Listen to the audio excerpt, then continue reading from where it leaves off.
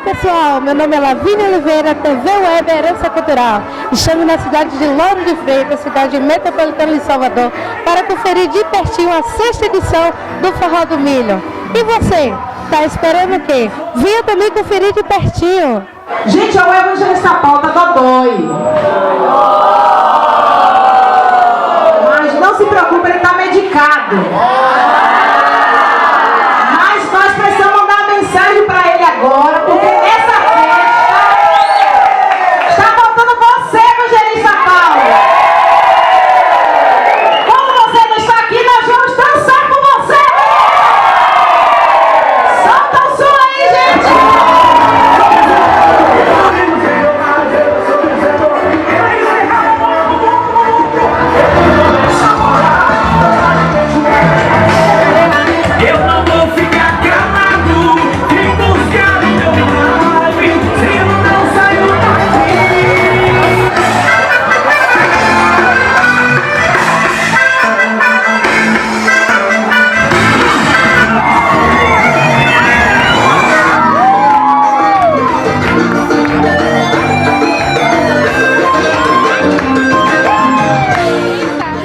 Gostando da festa? Com certeza, festa maravilhosa.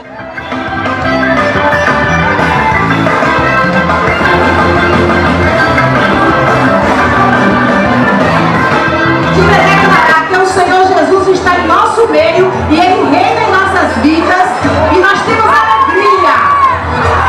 Alegria em adorar o Senhor Jesus. Não precisamos de nenhuma droga para sermos felizes.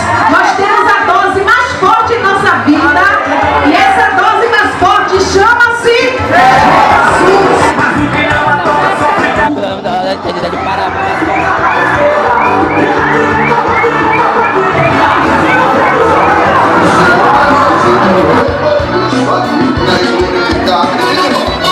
E os anjos do Senhor já estão passeando.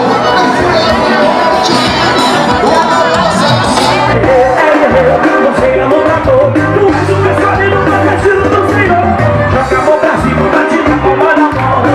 Dá um glória que ele não vai chorando, mas sair daqui sorrindo, batizado do poder.